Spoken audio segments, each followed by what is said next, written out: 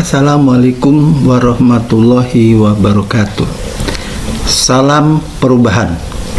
Selamat berjumpa dengan saya Dr. Haryanto MPD, Widya Iswara Ahli Utama BPSDM Provinsi DKI Jakarta. Apa kabarnya Bapak Ibu? Semoga selalu sehat dan dalam lindungan Allah Subhanahu wa taala. Bapak Ibu yang saya hormati, dalam kesempatan ini saya akan menyampaikan lingkungan yang dapat memicu kreativitas. Lingkungan seperti apa yang dapat memicu kreativitas? Lingkungan yang dapat memicu kreativitas antara lain: 1. Mengembangkan gagasan semua pegawai. Jadi, lingkungan yang dapat memicu kreativitas harus dapat mengembangkan gagasan semua pegawai tanpa kecuali. Oleh karenanya, sebagai seorang pemimpin, saudara harus memberikan kesempatan kepada semua pegawai untuk mengembangkan gagasannya. Yang kedua, merangsang dan memfasilitasi kerjasama. Suatu lingkungan yang memicu kreativitas harus dapat merangsang dan memfasilitasi kerjasama di antara pegawai yang ada. Oleh karenanya, pemimpin harus memicu kreativitas dengan cara memberikan rangsangan dan memfasilitasi kerjasama para pegawai yang dipimpinnya. Yang ketiga, mengembangkan keanekaragaman sudut pandang. Pemimpin harus memberikan kesempatan agar muncul berbagai sudut pandang yang berasal dari para pegawai yang dipimpinnya itu, sehingga kemungkinan muncul ide-ide baru yang lebih kreatif sangat terbuka. Dan yang keempat, membantu setiap gagasan agar mendatangkan keuntungan komersial. Kelima, memanfaatkan kegagalan sebagai sarana belajar. Seorang pemimpin harus mampu menciptakan lingkungan yang dapat memanfaatkan kegagalan sebagai sarana belajar.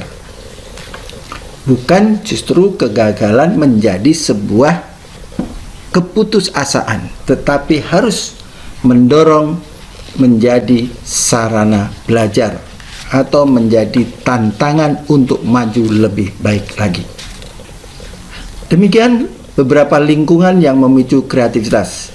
Nah, peran pemimpin adalah bagaimana mewujudkan lingkungan tersebut sehingga kreativitas pegawai yang dipimpinnya menjadi terbuka.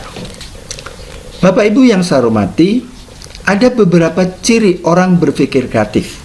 Ciri-ciri orang yang berpikir kreatif antara lain: 1. Cenderung melihat suatu persoalan sebagai tantangan untuk menunjukkan kemampuan diri, bukan menjadi momok, tapi justru persoalan itu menjadi sebuah tantangan. Seseorang yang mampu mengelola masalah atau persoalan menjadi tantangan, dia akan lebih maju dan lebih sukses. Yang kedua, cenderung memikirkan alternatif solusi atau tindakan yang tidak dilakukan oleh orang-orang pada umumnya atau bukan sesuatu yang sudah biasa dilakukan.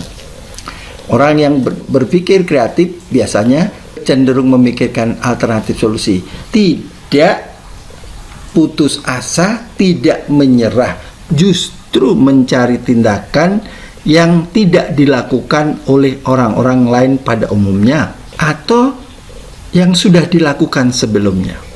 Dia akan memunculkan tindakan sebagai alternatif solusi yang merupakan tindakan yang baru.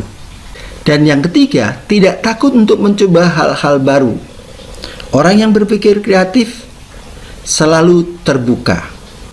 Dia tidak takut mencoba hal-hal baru sekalipun akan dicemooh, akan dikritik. Karena dengan kritikan itu hasil kreativitas akan lebih baik.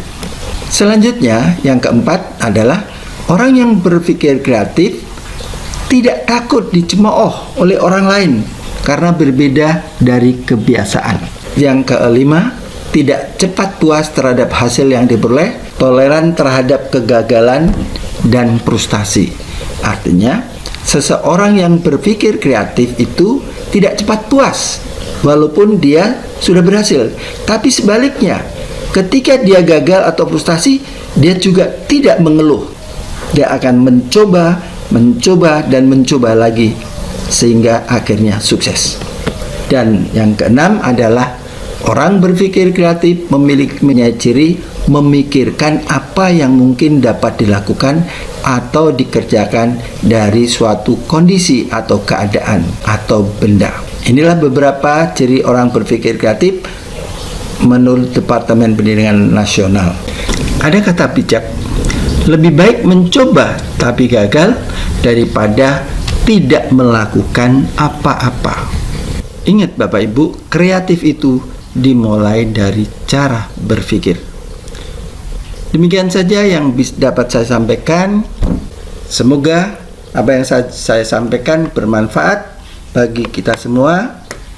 Dan sampai jumpa di lain kesempatan. Tetap semangat dan sukses selalu. Terima kasih. Wassalamualaikum warahmatullahi wabarakatuh.